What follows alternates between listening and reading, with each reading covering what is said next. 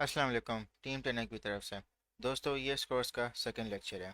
आप सबको पहले मैं इन्फॉर्म कर दूं कि क्रिप्टो, स्टॉक्स, फॉरेक्स, इन तीनों को हम बहुत डिटेल में स्टडी करेंगे, मगर उससे पहले हमें टेक्निकल एनालिसिस सीखना होगा। इसलिए क्योंकि टेक्निकल एनालिसिस स्टडी होती है प्राइस पैटर्न्स की। तीनों फाइनेंशियल मार्केट्स हैं, तो तीनों में प्राइस पैटर्न्स होते हैं। तो अगर हम टेक्निकल एनालिसिस पहले स्टडी कर लेंगे तो उनके बाद हम बेहतर बाकी डिटेल्स में जा सकते हैं। दोस्तों, थ्रू आउट दिस लेक्चर आप पेन, पेपर, पेंसिल अपने पास रखें ताकि आप इंपॉर्टेंट पॉइंट्स को नोट डाउन कर सकें। और मैं फिर रिपीट कर रहा हूँ, आप जब भी इस कोर्स को कंप्लीट करेंगे तो आपने 2 महीने डेमो ट्रेडिंग प्रैक्टिस करनी है। दोस्तों, इस लेक्चर में हम 4 टॉपिक्स को कवर करेंगे। पहला टॉपिक ये है टाइप्स ऑफ ट्रेड, कि ट्रेड्स कितने टाइप्स की होती हैं और उनके क्या टाइम फ्रेम होते हैं। आपको कौन सी ट्रेड करनी चाहिए और किस टाइम फ्रेम में करनी चाहिए। इससे आपको आइडिया होगा कि आपको कौन सी ट्रेड करनी चाहिए अगर आप एक स्टूडेंट हैं या आप जॉब पर्सन हैं। मैं सबके लिए बताऊंगा कि आपको किस टाइप की ट्रेड करनी चाहिए। दूसरे टॉपिक में हम टाइप्स ऑफ मार्केट और मार्केट साइकिल पे बात करेंगे कि मार्केट साइकिल्स कैसी होती हैं, जो कि हम चार्ट्स पे देखेंगे। मार्केट के जो ट्रेंड्स होते हैं वो किस टाइप के होते हैं, मार्केट में क्या क्या ट्रेंड आते हैं, किस तरीके से उन्हें पता करना है, ये सारी चीज़ें हम चार्ट्स पे देखेंगे। दोस्तों, थर्ड टॉपिक में हम डॉलर कॉस्ट एवरेजिंग पे बात करेंगे कि डॉलर कॉस्ट एवरेजिंग क्या होती है, किस तरह होती है और आपने इसको कब कब यूज़ करना है। आखिरी टॉपिक जो होगा सबसे इम्पोर्टेंट, पोर्टफोलियो मैनेजमेंट। इसका मतलब ये है कि जो आपके पास आपके फंड्स हैं उसको कैसे मैनेज करना है। और आपने जब ट्रेड्स लेनी है तो क्या रिस्क टू रिवॉर्ड रेशियो होगा, और आपके जो फंड्स हैं उसको आपने किस तरह उनके उनको अकाउंट्स में डिवाइड करना है। दोस्तों, हमारा सबसे पहला टॉपिक टाइप्स ऑफ ट्रेड। जैसा कि आप देख सकते हैं, मैंने ये 4 फोटोज़ बनाई हुई हैं इस ताकि आपके लिए आसानी हो समझने में। आप इन फ़ोटोज़ को as it is note down कर सकते हैं। तो दोस्तों, सबसे पहले है इंट्राडे, फिर उसके बाद है स्विंग, तीसरी है स्कैल्पिंग और लास्ट है लॉन्ग टर्म। ये चारों टाइप्स ऑफ ट्रेड हैं। दोस्तों, कि जैसे आपने नोट किया होगा कि मैंने इन सारे बॉक्सेस में टाइम भी लिखा हुआ है। कि जैसे इंट्राडे ट्रेडिंग है तो उसका टाइम फ्रेम है 15 मिनट, 30 मिनट, 45 मिनट्स। आपने इस टाइम फ्रेम पे चार्ट को देखना है। और जैसे कि स्विंग ट्रेडिंग है उसमें जो टाइम फ्रेम है वो 1 घंटे का, 2 घंटे का, 4 घंटे का, 6 घंटे का और 12 घंटे का। तीसरा जो टाइप ऑफ ट्रेड है स्कैल्पिंग, उसमें आप 1 मिनट, 3 मिनट और 5 मिनट का चार्ट आप देखोगे। और आखिरी का जो ट्रेड है लॉन्ग टर्म, उसमें आप डे चार्ट देखोगे, 3 डे चार्ट भी देखोगे और मंथली चार्ट देखोगे, और आप वीकली चार्ट भी देख सकते हो।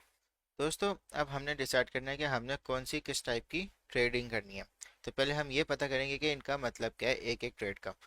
इंट्राडे ट्रेडिंग का मतलब ये है कि आपने जितनी भी ट्रेड्स ली पूरे एक दिन में और उसे उसी दिन ही आपने उनको क्लोज कर दिया, तो इसको कहते हैं इंट्राडे ट्रेडिंग।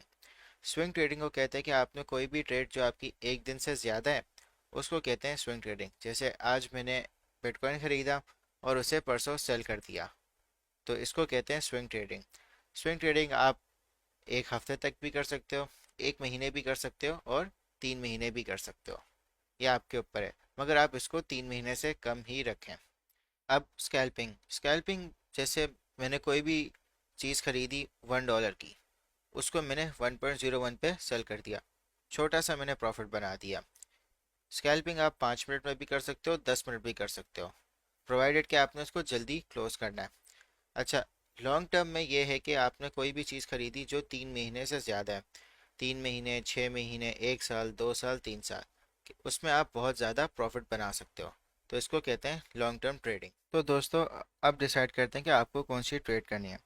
अगर आप फुल टाइम ट्रेडिंग को दे सकते हो तो आप इंट्राडे और स्विंग करो, लेकिन अगर आप बिगिनर हो तो आप स्विंग से स्टार्ट करो, क्योंकि जब आप प्रॉफिटेबल हो जाओगे तो आपके लिए इंट्राडे बहुत ही आसान होगा। अगर आप एक स्टूडेंट हो, आपको स्कूल या कॉलेज जाना है और उसके बाद आप ट्रेडिंग को टाइम दे सकते हो, तो आप स्विंग पे ज़्यादा फोकस करो और लॉन्ग टर्म पे।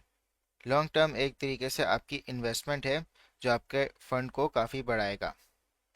अगर आप जॉब करते हो तो आप स्विंग को प्रेफर करो। इंट्राडे और स्कैल्पिंग इसलिए नहीं क्योंकि उसमें आपको बहुत ज़्यादा अवेलेबल होना चाहिए। दोस्तों, हम ट्रेंड्स पे बात करते हैं। ट्रेंड का मतलब ये है डायरेक्शन। मार्केट में 3 टाइप के ट्रेंड होते हैं। एक होता है अप ट्रेंड, यानी कि जो प्राइजेज हैं वो मुसलसल प्राइस कर रहे हैं। आपको चार्ट में इसका प्रैक्टिकल एप्लीकेशन इस तरह नजर आएगा, क्योंकि हम हमेशा मार्केट में बाइंग और सेलिंग हो रही होती है। मगर जो एक आपको एक जनरल सा एक व्यू मिलेगा कि जो प्राइस है वो मुसलसल ओवर टाइम बढ़ रही है। जैसे जो प्राइस थी वो $5 पे थी, और इस अप ट्रेंड में प्राइस पहुंच गई आपकी $50। तो ये एकदम से शूट अप नहीं होगी, ये एक ओवर टाइम ये प्राइस बढ़ेगी $50 पे। और वो आपको फेजेस में नज़र आएगा कि एक बहुत ज़्यादा बाइंग होगी यहाँ पे जिससे प्राइस शूट अप करेगी, फिर कुछ प्रॉफिट टेकिंग होगी, फिर ज़्यादा बाइंग होगी, फिर प्रॉफिट टेकिंग होगी। तो इस तरह एक अप ट्रेंड बनता है। दोस्तों, जो दूसरा ट्रेंड है उसको कहते हैं डाउन ट्रेंड, यानी जो प्राइस है वो मुसलसल आपकी घिरेगी, और वो आपको इस तरह नज़र आएगा कि जो प्राइस आपकी $50 पे थी वो 40 पे आ गई, फिर वापस 43 पे आई, फिर 40 से सीधा 35 पे गिर गई, फिर 38 आ गई, और फिर सीधा आपकी $30 पे गिर गई। इसको कहते हैं कि प्राइस एक डाउन ट्रेंड में आ रहा है। मुसलसल एक फेज है जिसमें प्राइस गिर रहा है, क्योंकि बहुत ज़्यादा प्रॉफिट टेकिंग हो रही है, और या फिर लोग जो हैं वो अपनी पैनिक सेलिंग की वजह से लॉसेस रियलाइज कर रहे हैं। और दोस्तों, जो तीसरा ट्रेंड होता है उसको कहते हैं हम साइडवेज, यानी जो प्राइस है वो एक ही पैटर्न्स बना रही है। आपको उसका प्रैक्टिकल एप्लीकेशन इस तरह नजर आएगा कि प्राइस बढ़ी और फिर गिरी और फिर वापस बढ़ी, सेम प्राइस पे आ गई और फिर उसी प्राइस पे वापस गिर गई, फिर से ये तीसरी बार भी रिपीट हुआ और वापस उसी प्राइस पे गिर गई। तो ये एक साइकिल चलती है जिसमें ये जो प्राइस है वो उसी प्राइस पे ऊपर आएगी, फिर गिरेगी, फिर वापस उस प्राइस पे आएगी, क्योंकि यहाँ पे बाइंग और सेलिंग दोनों एक ही स्पीड से हो रही है। तो तभी एक रिपीट सा एक पैटर्न बनना है, यानी यहाँ पे बायर्स हैं, फिर वो सेल करते हैं, फिर वो दोबारा यहाँ बाय करते हैं, फिर वो सेल करते हैं। तो इस तरह ये पैटर्न एक रिपीट होता है। तो दोस्तों, अगर मैं आपको तीनों ट्रेंड्स टेस्ला के चार्ट में एक्सप्लेन करूं, तो आप यहाँ देखें कि यहाँ पे एक अप ट्रेंड हुआ है कि प्राइस मुसलसल बढ़ी है। और अगर आपको डाउन ट्रेंड देखना है तो आप यहाँ देखें कि यहाँ से मुसलसल प्राइस काफ़ी टाइम के लिए गिरी है। और अगर आपको साइडवेज मूवमेंट देखनी है तो आप यहाँ पे आप पैटर्न देख सकते हैं कि यहाँ पे सेम बाइंग और सेम सेलिंग और फिर वापस बाइंग फिर और सेलिंग। तो यहाँ पे एक रिपीट सी साइकिल बन रही है, तो इसको कहते हैं साइडवेज। यहाँ से आप एक अप ट्रेंड देख सकते हैं और यहाँ से आप एक डाउन ट्रेंड देख सकते हैं, और यहाँ पे आपको एक साइडवेज पैटर्न नज़र आएगा। जो ट्रेंड होता है वो तीनों एक साथ प्ले हो सकते हैं। जैसे कि अगर आप यहाँ देखें कि ये डाउन ट्रेंड में गया, फिर उसके बाद ये साइडवेज मूव हुआ, फिर ये वापस से डाउन ट्रेंड में आया, फिर यहाँ से इसने अप ट्रेंड बनाया, फिर वापस से इसने डाउन ट्रेंड बनाया, और फिर इसने एक मेजर अप ट्रेंड बनाया, फिर इसने डाउन ट्रेंड बनाया, और फिर ये साइडवेज हो गया, फिर से इसने अप ट्रेंड शुरू किया। तो ये तीनों रैंडमली एक साथ प्ले हो सकते हैं। अब हम बात करते हैं मार्केट साइकिल्स की। दो टाइप की मार्केट साइकिल्स होती हैं, बुल मार्केट या बेयर मार्केट। बुल मार्केट में जो प्राइजेज होती हैं वो काफ़ी लंबे अरसे तक ऊपर की तरफ जाती हैं, और बेयर मार्केट में जो प्राइजेज होती हैं वो काफ़ी अरसे तक नीचे की तरफ जाती हैं। फाइनेंशियल मार्केट्स में दो टाइप के प्लेयर होते हैं, बुल्स और बेयर्स। बुल्स वो प्लेयर्स होते हैं जो मार्केट को ऊपर लेके जाते हैं, बेयर्स वो प्लेयर्स होते हैं जो मार्केट को नीचे लेके जाते हैं। इनके पास सबसे ज़्यादा पैसा होता है। मैंने आपको फॉर्मूला बताया था लास्ट लेक्चर में, price is equals to market cap upon circulating supply. जिसके पास सबसे ज़्यादा मार्केट कैप होगा वो किसी भी टाइप की मूवमेंट मार्केट में कर सकता है, चाहे वो ऊपर लेके जाए या नीचे लेके जाए। तो जो बाकी जो लोग होते हैं वो इन सबको ऑब्जर्व कर रहे होते हैं कि जैसे अभी बिटकॉइन का यहाँ पे बुल रन शुरू हुआ था, तो इसमें टेस्ला ने भी इन्वेस्ट किया था। तो उसकी वजह से जो लोग बहुत सारे जिनको क्रिप्टो के बारे में बिल्कुल भी नहीं पता था उन्होंने भी इन्वेस्टमेंट शुरू कर दी थी, क्योंकि एक बहुत बड़ी कंपनी ने इन्वेस्टमेंट शुरू कर दी थी बिटकॉइन में। तो इससे एक सेंटिमेंट बना। इसी तरह बेयर मार्केट में भी एक सेंटिमेंट होता है कि जो मेजर प्लेयर्स होते हैं वो प्रॉफिट टेक कर लेते हैं, सेल कर देते हैं अपनी होल्डिंग्स। तो उससे क्या होता है कि मार्केट कैप का एक मेजर चंक कम हो जाता है, क्योंकि उससे बहुत सारे लोग पैनिक में आते हैं प्राइस को गिरते हुए, तो वो भी लॉस पर सेलिंग शुरू कर देते हैं। तो उसकी वजह से एक बेयर मार्केट शुरू हो जाती है। एक और इम्पॉर्टेंट बात यह है कि इन साइकिल्स में हमेशा आपको ट्रेंड्स नज़र आएंगे। अप ट्रेंड भी नज़र आएगा, डाउन ट्रेंड भी नज़र आएगा, साइडवेज भी नज़र आएगा। जैसे यहाँ पे बिटकॉइन अप ट्रेंड में गया, फिर थोड़ा सा डाउन ट्रेंड में आया, फिर दोबारा अप ट्रेंड में गया, फिर डाउन ट्रेंड में आया, फिर अप ट्रेंड और फिर साइडवेज मूव हुआ, फिर अप ट्रेंड गया और फिर डाउन ट्रेंड आ गया, फिर यहाँ पे साइडवेज मूव हुआ, फिर ये अप ट्रेंड में गया। तो इसी तरह ये रैंडमली इन ट्रेंड्स में आपको साइकिल नज़र आएगी। साइकिल में मगर आपको जो सेंटिमेंट बता रहा होगा वो आपको एक लॉन्ग टर्म पिक्चर बताएगा। अब आपने हमेशा फाइनेंशियल मार्केट्स में उस चीज़ पर नज़र रखनी है जहाँ पे लोगों ने सबसे ज़्यादा पैसा लगाया हुआ है। जैसे क्रिप्टो करेंसीज में सबसे ज़्यादा लोगों ने पैसा बिटकॉइन में लगाया हुआ है, तो बिटकॉइन एक मेजर प्लेयर है। अगर बिटकॉइन की कोई भी मूवमेंट होगी तो वही चीज़ आपको बाकी क्रिप्टो करेंसीज में नज़र आएगी। कुछ एक्सेप्शंस होती हैं, मगर ओवरऑल अगर कोई भी एक मेजर मूव बिटकॉइन करेगा वो आपको बाकी क्रिप्टो करेंसीज में रिफ्लेक्टेड नज़र आएगा। मैं आपको कंपेयर के थ्रू समझाता हूँ। जो आप ट्रेडिंग व्यू में प्लस फीचर है, अगर आप इस पर क्लिक करेंगे तो आप जो भी चार्ट आप देख रहे हैं उसको आप किसी दूसरे चार्ट के प्राइस से कंपेयर कर सकते हैं। जैसे लाइट कॉइन है, ये भी एक क्रिप्टो करेंसी है, तो मैं आपको बिटकॉइन और लाइट कॉइन की मूवमेंट को कंपैरिजन करवाता हूँ। जो ऑरेंज कलर है ये लाइट कॉइन का प्राइस है। आप सिर्फ देखें कि जब बिटकॉइन अप ट्रेंड में गया तो उसी तरह लाइट कॉइन भी अप ट्रेंड में गया, जहाँ बिटकॉइन डाउन ट्रेंड में गया तो उसी तरह लाइट कॉइन भी ड्रॉप हो गया। जब दोबारा बिटकॉइन ने अपना बुल मार्केट शुरू की तो इसी तरह लाइट कॉइन की भी प्राइस ऊपर गई। एक और एग्जांपल देख लेते हैं, जैसे इथेरियम है।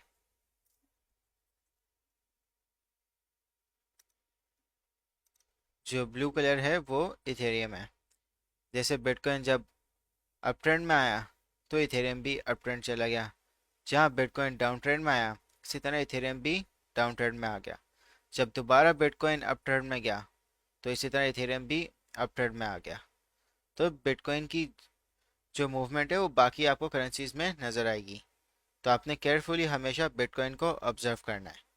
आई होप दोस्तों आप सबको ट्रेंड्स, टाइप ऑफ ट्रेंड्स और टाइप ऑफ मार्केट साइकिल्स दोनों क्लियर हो गई होगी। दोस्तों अब मैं आपको डॉलर कॉस्ट एवरेजिंग एक्सप्लेन करता हूँ। डॉलर कॉस्ट एवरेजिंग एक टेक्निक है जिससे आप अपनी इन्वेस्टमेंट को एवरेज आउट करते हो। एग्जाम्पल के तौर पे जैसे जो भी आप मंथली अर्न करते हो आप उसका 10% बिटकॉइन में इन्वेस्ट कर देते हो। ये टेक्निक इतनी इफ़ेक्टिव है, इसको मैं आपको एक स्टोरी की तरह समझाता हूँ। आप और आपके दोस्त दोनों आप लोग बिटकॉइन में इन्वेस्ट करना चाहते हो। आप दोनों के पास $12,000 का फ़ंड है। आपका दोस्त बोलता है कि मैं एक ही दफ़ा बिटकॉइन खरीद लूँगा, और आप कहते हो कि आप हर महीने $1,000 का बिटकॉइन खरीदोगे। दोनों का फंड साइज सेम है, सिर्फ स्ट्रैटेजी डिफरेंट है। आपका दोस्त एक ही दफ़ा खरीद लेगा और आप हर महीने $1,000 का खरीदोगे। तो जनवरी का टाइम है, बिटकॉइन का प्राइस 40,000 है, तो आपके दोस्त ने बिटकॉइन $40,000 का खरीद लिया और टोटल क्वांटिटी उसके पास 0.3 आ गई। आपने क्या किया, 40,000 का बिटकॉइन था, आपने $1,000 का बाय कर लिया। उसकी क्वांटिटी आपसे 10 टाइम्स ज़्यादा है और आपकी उसकी 10 टाइम्स कम है। फिर भी आपका नेक्स्ट मंथ आया, उस वक्त बिटकॉइन का प्राइस और ज़्यादा था, 45,000 पता, आपने फिर $1,000 का ख़रीद लिया। फिर उससे नेक्स्ट मंथ आपने $1,000 का ख़रीद लिया और कंटिन्यूसली आपने 12 महीने $1,000 का ख़रीदते रहे, मगर आपने प्राइस को नहीं देखा। फिर साल का एंड हुआ, उस वक्त बिटकॉइन $20,000 पे क्लोज हुआ। तो आप और आपके दोस्त दोनों बैठे, तो आपके दोस्त ने पूछा कि आपके इस वक्त वैल्यू क्या है। तो आपने उसको वैल्यू बताई कि जो आपकी एवरेज प्राइस थी बिटकॉइन की बाइंग की वो 28,500 थी, और जो आपके पास इस वक्त टोटल क्वांटिटी है वो 0.48 बिटकॉइंस की है, और जो उनकी वैल्यू है वो इस वक्त 13,583 है। आप ऑलरेडी प्रॉफिट में आ गए। और जो आपका दोस्त है उसने साल के शुरू में $40,000 पर ख़रीदा था, और साल के आखिर में जब बिटकॉइन की वैल्यू 20,000 पे पहुंच गई तो जो उसकी वैल्यू थी वो 50% से डिक्रीज हो गई। $6,000 का उस वक्त टोटल उसकी वैल्यू उसके पास पड़ी हुई है अभी बिटकॉइन की। दोस्तों अगर हम सिर्फ कंपेयर करें, दोनों का फंड साइज सेम था, सिर्फ बाइंग स्ट्रेटेजी डिफरेंट थी। आपने उन महीनों का फ़ायदा उठा लिया जहाँ पे बिटकॉइन बहुत ज़्यादा कम प्राइस पे था, तो इससे आप ज़्यादा क्वांटिटी बाय कर सके। तो इससे क्या हुआ, आपका जो एवरेज प्राइस था वो भी काफ़ी रिड्यूस हो गया, आपकी क्वांटिटी भी बढ़ गई, और आप इवन के बिटकॉइन जब 50% अपनी वैल्यू ड्रॉप कर गया तो तब भी आप प्रॉफिट में थे। मगर जो आपका दोस्त था उसने सिर्फ एक दफ़ा बाय किया था, सेम क्वांटिटी थी, तो जो 40,000 से जब 20,000 बिटकॉइन ड्रॉप हुआ तो 50% वो लॉस में आ गया। अब सपोज नेक्स्ट ईयर बिटकॉइन की वैल्यू $55,000 पे आती है, तो आपका दोस्त आपको एडवाइस करता है कि आप वो भी प्रॉफिट में आ गए तो सेल कर लेते हैं, तो आप भी एग्री हो जाते हैं। तो आप दोनों अपने बिटकॉइन की होल्डिंग्स $55,000 पे सेल करते हैं। जो आपका दोस्त था उसने प्रॉफिट बना लिया 4,500 और 38% रिटर्न ओवरऑल अपने $12,000 के फंड पे। जो आपने प्रॉफिट बनाया वो आपने बनाया 14,213, यानी 118% आपने रिटर्न बना लिया। डॉलर कॉस्ट एवरेजिंग की वजह से आपकी क्वांटिटी भी ज़्यादा होगी और आपकी एवरेज परचेजिंग प्राइस भी। तो आपने कभी भी 100% बाइंग नहीं करनी, हमेशा इन पार्ट्स बाय करें, डॉलर कॉस्ट एवरेज करें, तो आप लॉन्ग टर्म हमेशा फ़ायदे में होंगे। दोस्तों, डॉलर कॉस्ट एवरेजिंग का भी एक तरीका है। आपने हमेशा मार्केट साइकिल को डिटरमाइन करना है। मार्केट साइकिल आपको सेंटिमेंट से पता चलेगा। जैसे यहाँ पे बिटकॉइन की बुल मार्केट थी, तो अगर मैं डॉलर कॉस्ट एवरेजिंग कर रहा होता तो मैं यहाँ पे बाय करता, फिर मैं यहाँ बाय करता, फिर मैं यहाँ बाय करता। इवन अगर आप यहाँ देखें तो यहाँ पे एक डाउन ट्रेंड आ गया है, तो मैं यहाँ पे बाय कर लेता, फिर मैं दोबारा बाय करता, फिर मैं दोबारा बाय करता। जहाँ तक मेरे फंड की कैपेसिटी है मैं अपनी बाइंग कंटिन्यू रखता। मगर दोस्तों, आपने हमेशा प्रिपेयर रहना है कि हमेशा हर मार्केट साइकिल का एक टॉप होता है। बुल मार्केट का टॉप होता है, बेयर मार्केट का बॉटम होता है। तो आपने हमेशा प्रिपेयर रहना है कि कभी ना कभी वो टॉप रीच होगा। जब बुल मार्केट अपने टॉप पे पहुंचती है तो वो क्रैश हो जाती है, क्योंकि मैक्सिमम जिन लोगों ने बाइंग की होती है वो प्रॉफिट टेक करते हैं। तो जब क्रैश होती है तो बहुत सारे पैनिक सेलर्स होते हैं, वो लॉस में सेल करते हैं। तो आपने हमेशा एक साइकोलॉजिकल लेवल रखना है कि आपने वहाँ पे सेल करनी है। और जब भी आपका अगर 200% रिटर्न बन जाए तो आप हमेशा 50% अपनी होल्डिंग्स को सेल करें, ताकि जो आपका कैपिटल है वो आपके पास आ जाए। तो अगर मैं सेल करता तो मैं यहाँ पे सेल कर देता, मगर फिर भी अगर मुझे यहाँ पे भी मौका मिलता सेल करने का तो मैं यहाँ पे भी सेल कर लेता, क्योंकि मैं ऑलरेडी यहाँ पे ऑलरेडी इतना प्रॉफिट में हूँ। तो इवन अगर जो मैंने यहाँ पे भी बाइंग की है वो भी मैं उसको कंपनसेट कर लेता इन सब के प्रॉफिट से। तो आपने हमेशा तैयार रहना है कि आपने कभी ना कभी सेल करना है, और आपने मार्केट सेंटिमेंट को बहुत ध्यान से इवेल्युएट करना है। और अगर आप बेयर मार्केट में होते हैं, बेयर मार्केट हमेशा बेस्ट टाइम होती है डॉलर कॉस्ट एवरेजिंग के लिए, क्योंकि आप हमेशा लोएस्ट प्राइस से आप ज़्यादा क्वांटिटी बाय कर सकते हैं। मगर हमेशा आपने, फिर से दोबारा मैं कह रहा हूँ, सेंटिमेंट को देखना है। बहुत ऐसा भी होता है कि बुल मार्केट से ज़्यादा देर बेयर मार्केट भी रहती है। तो आपने अपना रिस्क को मैनेज करना है कि आपको जो आप पैसा लगा रहे हो उसको आपको इमीडिएटली ज़रूरत नहीं है। डॉलर कॉस्ट एवरेजिंग का रूल ही यही है कि आप लॉन्ग टर्म होल्ड करो, ताकि आप उसको मैक्सिमम सेल कर सको हाई प्रॉफिट पे। तो अगर आप बेयर मार्केट में डॉलर कॉस्ट एवरेजिंग करते हैं तो आप हमेशा पहले बुल मार्केट का साइकिल ओवर होने को आप कंफर्मेशन देखोगे, वो आपको सेंटिमेंट से पता चल जाएगा। आगे जब हम टेक्निकल एनालिसिस कोर्स में पढ़ेंगे तो हम आपको इंडिकेशंस बताएंगे कि जहाँ पे बुल मार्केट ख़त्म हो गई है।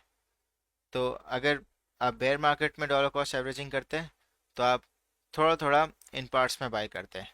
यहाँ पे कुछ बाय कर लेते हैं, फिर यहाँ कुछ बाय कर लेते हैं, फिर कुछ यहाँ बाय कर लेते हैं। तो आप एक सीक्वेंस रखते हैं। अब हमारा जो लास्ट टॉपिक है वो है पोर्टफोलियो मैनेजमेंट। पोर्टफोलियो मैनेजमेंट को मैं नेक्स्ट पार्ट में कवर करूँगा। ये सेम लेक्चर है, इसका पार्ट 2 होगा। ये जो पोर्टफोलियो मैनेजमेंट है वो बहुत ही इम्पोर्टेंट कॉन्सेप्ट है। ये पूरा आपका ट्रेडिंग करियर डिटरमाइन करता है। जितना बेहतर आपका पोर्टफोलियो मैनेजमेंट होगा उतने आप मार्केट में सक्सेसफुल होगे। जितना अगर आपका वीक होगा उतना जल्दी आप मार्केट से एग्जिट हो जाओगे। आप याद रखें, मार्केट 24/7 है, मगर जो आपका पोर्टफोलियो है वो आपकी रिस्पॉन्सिबिलिटी है। तो इसलिए इस लेक्चर का पार्ट 2 पोर्टफोलियो मैनेजमेंट पे होगा, जो आप सेपरेटली देखेंगे। हमने इस लेक्चर में types of trades, types of markets और डॉलर कॉस्ट एवरेजिंग को कवर किया है। अब मैं आपको क्विज दूंगा, उसके आंसर्स आपने कमेंट सेक्शन में देने हैं और मैं आपके आंसर्स चेक करके आपको फीडबैक दूंगा। Best of luck. क्विज में आप सब ने सबसे पहले क्वेश्चन 1 आंसर करना है कि क्या टाइम फ्रेम्स है इंट्राडे ट्रेडिंग के, स्कैल्पिंग के, स्विंग के और लॉन्ग टर्म के। आपने इन सब के टाइम फ्रेम्स बताने। क्वेश्चन 2 में आपने बताने के ट्रेंड क्या है इस प्राइस सीक्वेंस पे। इस प्राइस सीक्वेंस को आप क्लोजली मॉनिटर करें और बताएं कि क्या ट्रेंड चल रहा है इन प्राइसेस को देख के। फिर आपने क्वेश्चन 3 में बताना है कि बुल्स क्या होते हैं और क्वेश्चन 4 में आपने बताना है कि बेयर्स क्या होते हैं। क्वेश्चन 5 सबसे इंपॉर्टेंट है, इसको आपने लाजमी अटेम्प्ट करना है। आपने घबराना नहीं है, बहुत इजी सवाल है। ठीक है, अगर आपको मुश्किल लगे आप इस लेक्चर को दोबारा रिपीट कर लें डॉलर कॉस्ट एवरेजिंग का। आपके पास $36,000 हैं इन्वेस्टिंग के लिए। आप $12,000 इन तीनों में आपने इन्वेस्ट करना है। ठीक है, $12,000 आप टेस्ला में करोगे, $12,000 आप बिटकॉइन में करोगे और $12,000 आप यूएस डॉलर में करोगे।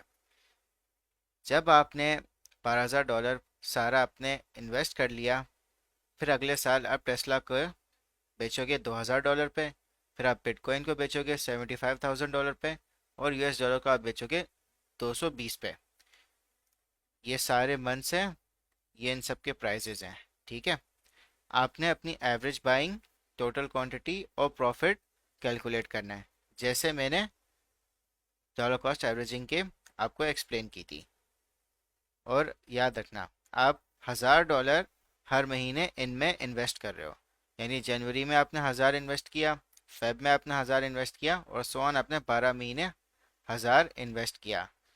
ठीक है, फिर उसके बाद आपने अपनी एवरेज बाइंग कैलकुलेट करनी है, आपका टोटल क्वांटिटी कैलकुलेट करनी है और प्रॉफिट, ये आपने तीनों की कैलकुलेट करनी है, टेस्ला की भी, बिटकॉइन की भी और यूएस डॉलर की। एवरेज बाइंग का आपको फॉर्मूला मैंने यहाँ पे लिख के दे दिया है।